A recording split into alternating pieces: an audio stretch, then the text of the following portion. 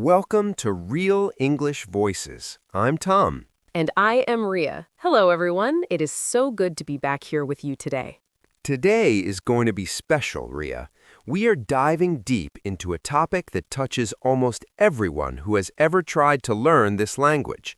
We are talking about the things you studied for years in school, in textbooks and on apps, but somehow you still missed them.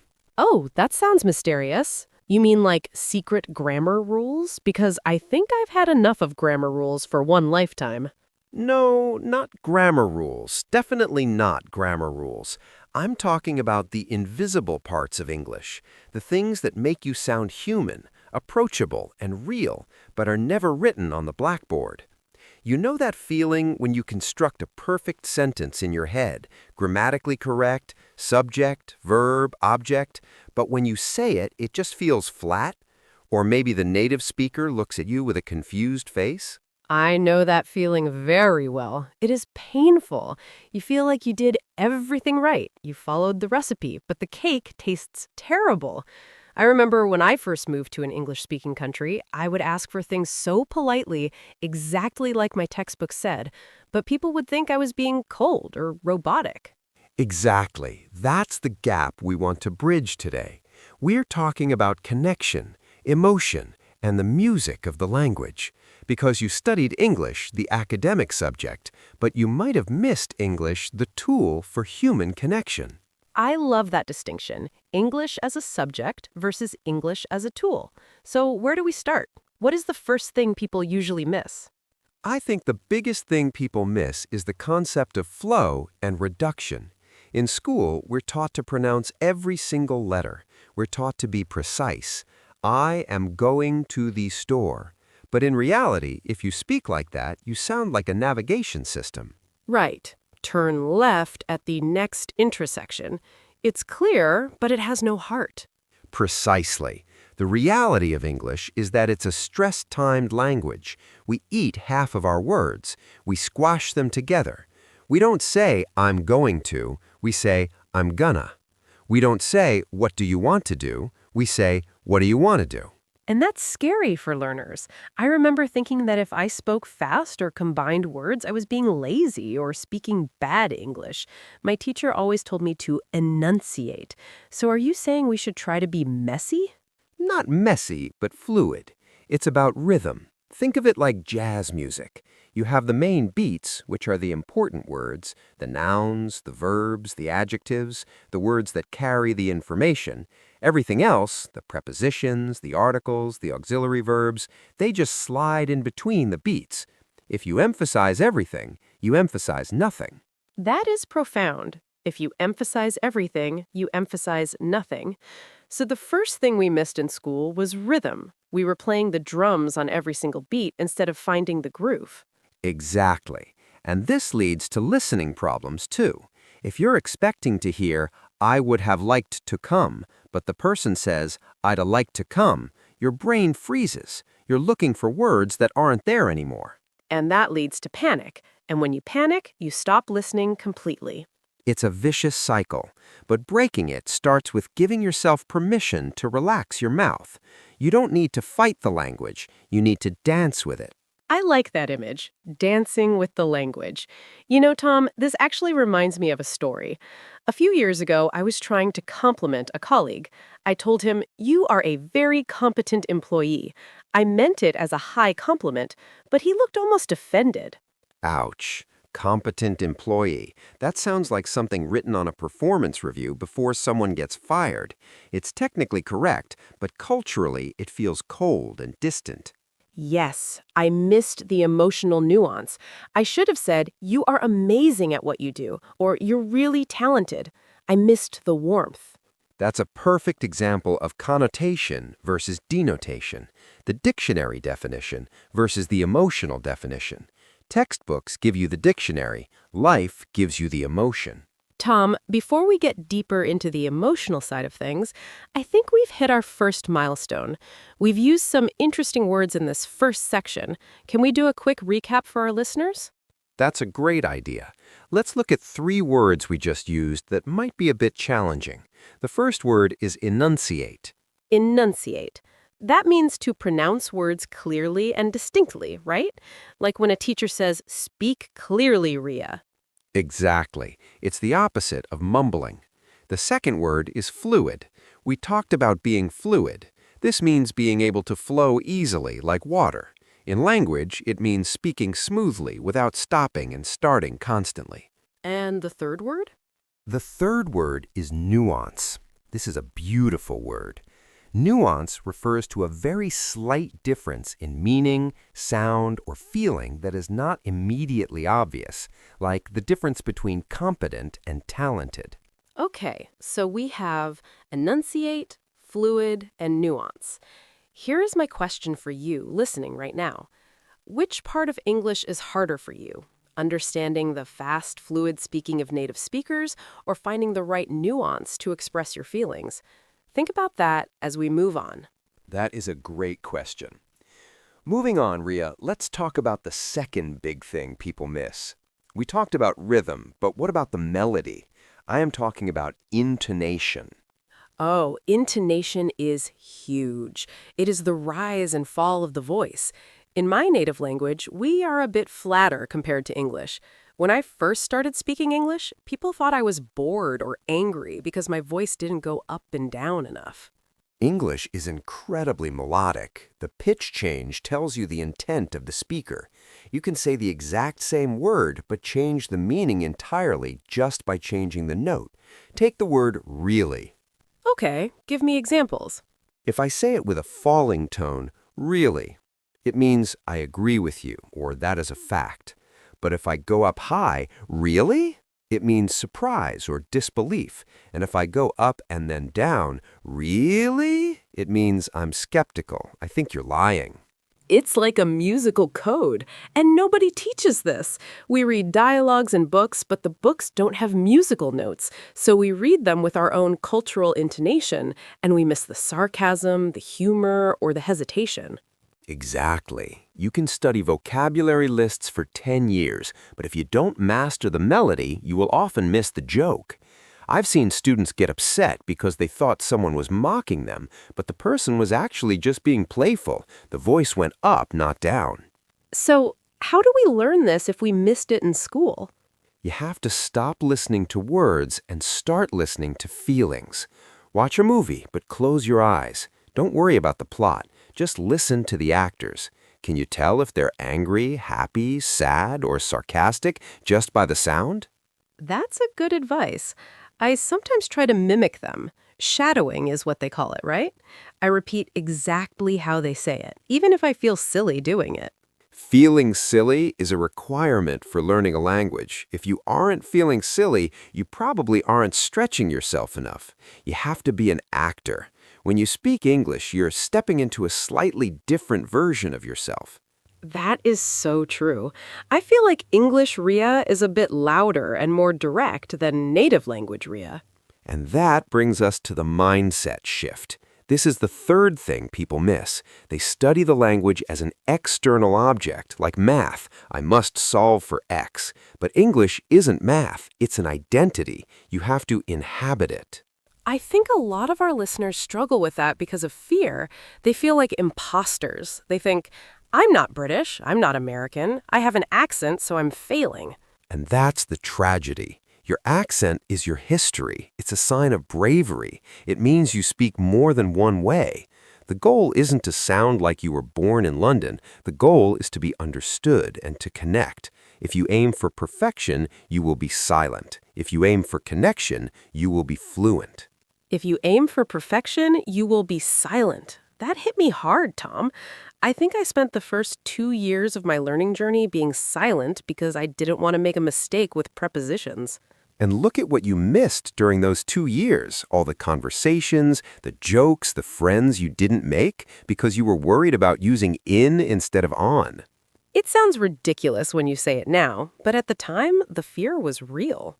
The fear is real because school punishes mistakes. In school, a mistake is a red mark. It lowers your grade. But in real life, a mistake is just a stepping stone. It's data.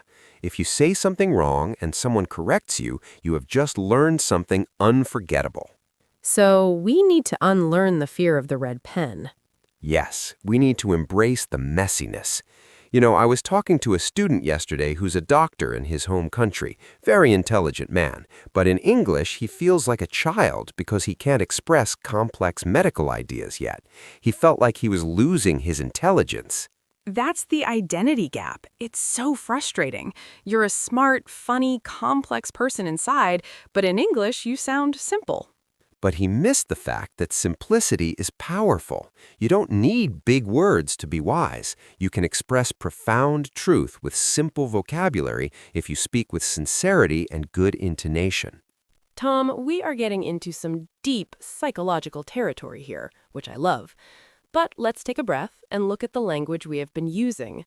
We have had another 5 minutes of conversation. Time for a recap? Absolutely. Let's highlight 3 more words from this section on intonation and mindset. The first word is skeptical.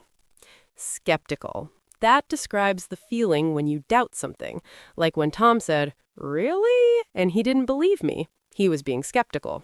Correct. It means you are not easily convinced. The second word is inhabit. I said you have to inhabit the language. To inhabit usually means to live in a place, like a house. But here it means to live inside the language, to wear it like clothes, to let it be part of you. Beautiful description. And the third word is sincerity. Sincerity means honesty, speaking from the heart without pretending. No lies, just truth. So we have skeptical, inhabit, and sincerity. Ria, what is the question for our listeners this time? Here's the question. Do you feel like you have a different personality when you speak English? Do you feel bolder, shyer, or just different? I would love to know if you feel like you inhabit a new character. I'm always fascinated by the answers to that question. Now, Ria, let's pivot to something slightly different. We talked about sound and mindset. Now let's talk about the cultural code, the unwritten rules of conversation that textbooks miss. Oh, you mean like how to end a conversation? Because I used to just say goodbye and walk away, and people thought I was angry. Yes, in many cultures, directness is valued. But in English, especially British and American English, we have these exit strategies. You can't just say bye. You have to signal that you're leaving. You have to say, well, it was great catching up, or I should let you get back to work. It's a dance again. You have to gently warn them that the conversation is dying. Exactly. And another huge cultural piece is small talk. I know, everyone hates small talk. Students tell me, Tom, it's shallow. I want to talk about philosophy, not the weather. I used to feel that way too. I thought, why are we talking about the rain? We can both see it's raining. It seems like a waste of time. But you missed the purpose. Small talk isn't about the weather, it's about safety. It's a primate grooming ritual. When I say, crazy weather today, isn't it? I'm actually saying, I'm friendly. I'm acknowledging your presence. Are we cool? It's checking the connection. Before we can talk about philosophy or business, we have to establish that we are safe with each other. Right. If you skip small talk and go straight to the deep stuff, it feels aggressive in English culture. You need that warm-up. And the textbooks teach you the phrases, how do you do? But they don't teach you the why. They don't teach you that it's a trust-building exercise. So when someone asks, how was your weekend, they don't necessarily want a minute-by-minute breakdown. They want a connection point. Yes, they're throwing you a ball. You catch it, you hold it for a second. It was great. I went hiking. And then, this is the most important part, you throw it back. How was yours? The throwback. That's what so many learners miss. They answer the question perfectly, and then silence. And that silence kills the interaction. A conversation in English is like a game of tennis. You can't just hold the ball, you must return the serve. If you answer and stop, you're telling the other person, I don't want to talk to you. Even if you're nervous. Yes, your nervousness looks like disinterest. That's why memorizing a few return questions is more important than memorizing big vocabulary. Simple things like, how about you? Or what do you think? Keep the energy moving. This is so helpful. It makes me realize that being good at English isn't about being a walking dictionary. It's about being a good social partner. Being a good social partner. I love that. It takes the pressure off you to be smart and puts the focus on being kind and interested. If you're interested, you're interesting. If you're interested, you're interesting. I'm going to write that down. Please do. And related to this is the use of softeners. This is another huge thing people miss. English speakers generally do not like to give direct orders or direct disagreement. Oh, tell me about it. I once told a waiter, "Give me the menu." I thought I was just being clear. My friend kicked me under the table. Give me the menu is an imperative. It's a command. It sounds like you're a queen talking to a servant. In English, we wrap everything in cotton wool. Could I possibly have the menu? Or I was wondering if I could see the menu. It is so many extra words. I was wondering if I could. It feels inefficient. It is inefficient for information transfer, but it is highly efficient for social harmony. We prioritize politeness over speed. If you say, "You are wrong," you start a fight. If you say, "I see your point, but I'm not sure I agree," you start a discussion. So we missed the art of softening. We learned the hard bricks of the language, but we missed the mortar that holds them together softly. And that includes filler words. I know teachers say don't use and like and you know, and yes, in a formal speech, reduce them, but in casual conversation, they're essential. They give you thinking time. They give you thinking time, but they also signal to the listener, "I am not done talking yet, hold on." If you just stop silently to think, the other person will interrupt you. If you say, "Well, you know," it holds the floor. It is a traffic signal. Wait, I'm still driving. Exactly. Using natural fillers makes you sound more fluent, strangely enough, than being perfectly silent between sentences. Tom, this is reshaping how I view conversation. It's much more strategic than I realized. It is. And before we move to our final segment about motivation, I think we've hit another review point. Yes, we have. Let's look at 3 impactful words from this section on culture and politeness. The first word is aggressive. Aggressive. This means acting in a forceful or hostile way, like when Tom said skipping small talk can feel aggressive. Right, it feels like an attack. The second word is inefficient. Inefficient is the opposite of efficient. It means wasting time or energy, like using 10 words when 2 would do. But as Tom said, sometimes inefficiency is necessary for politeness. And the third word is harmony. Harmony, a beautiful word. It means peace and agreement, when everyone is getting along well together. So we have aggressive, inefficient, and harmony. Ria, what is the question? My question is, in your culture, is it better to be direct and efficient or polite and soft? Do you find the English way of softening everything frustrating or nice? That's a cultural clash I see every day. Now, Ria, for our final section, I want to talk about the thing people miss the most. It isn't a word or a rule or a cultural habit. It is the joy. The joy. Yes, most people I meet are studying English out of obligation. They need it for a job, they need it for a visa, they need it to pass a test. It is a burden. It's a heavy backpack they have to carry. I relate to that. When I was studying for exams, I hated English. It was a source of stress. But you cannot learn anything deeply if you hate it. The brain rejects what it fears. You have to find a way to fall in love with it. You have to find the play in it. How do you turn a burden into a toy? You stop studying and start consuming things you actually like. If you love cooking, don't read a textbook, watch Jamie Oliver or Gordon Ramsay. If you love football, listen to commentary. If you love romance, read trashy romantic novels in English. So connect the English to your existing passions. Yes, make English the vehicle, not the destination. When you're watching a cooking video because you really want to know how to bake that cake, your brain is in absorption mode. You aren't translating, you're learning through context and desire. I think that's how I finally broke through.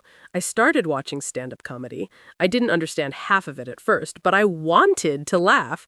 I was so desperate to get the joke that my brain worked overtime to figure it out. Desire is a better teacher than discipline. If you missed the fun, you missed the fuel. You can't drive a car without fuel. And I think people also miss the community aspect. Learning feels lonely if you're just in a book. English is the global connector. It isn't owned by England or America anymore. It belongs to the world. When you speak English, you're joining a club of billions of people. You can talk to someone from Japan, Brazil, Germany, and Egypt all in the same room. That's magic. It really is. It opens the door to the whole world. So if you're feeling stuck, if you feel like you studied for years but missed it, stop studying. Start living. Go out and use the broken English you have. Use it today. Write a comment on a YouTube video. Sing a song in the shower. Talk to yourself while cooking. Make it yours. Make it yours. Don't wait for permission. Don't wait until you're ready. You'll never be 100% ready, but you're ready enough right now to say hello. That is so encouraging, Tom. I think we often wait for a certificate that says, you are now fluent. But that certificate never comes. Fluency is a journey, not a destination. And on that journey, you will trip. You will fall. You will say the wrong word. You will use the wrong intonation. And that is okay. Every mistake is proof that you are trying. Tom, I think this has been one of our most important conversations. We covered the sounds, the culture, the mindset, and the joy. I think so too. And before we say goodbye, we have one final word review. We do. Let's look at the last 3 words for today. The first word is obligation. Obligation. Something you have to do, a duty, like paying taxes or doing homework.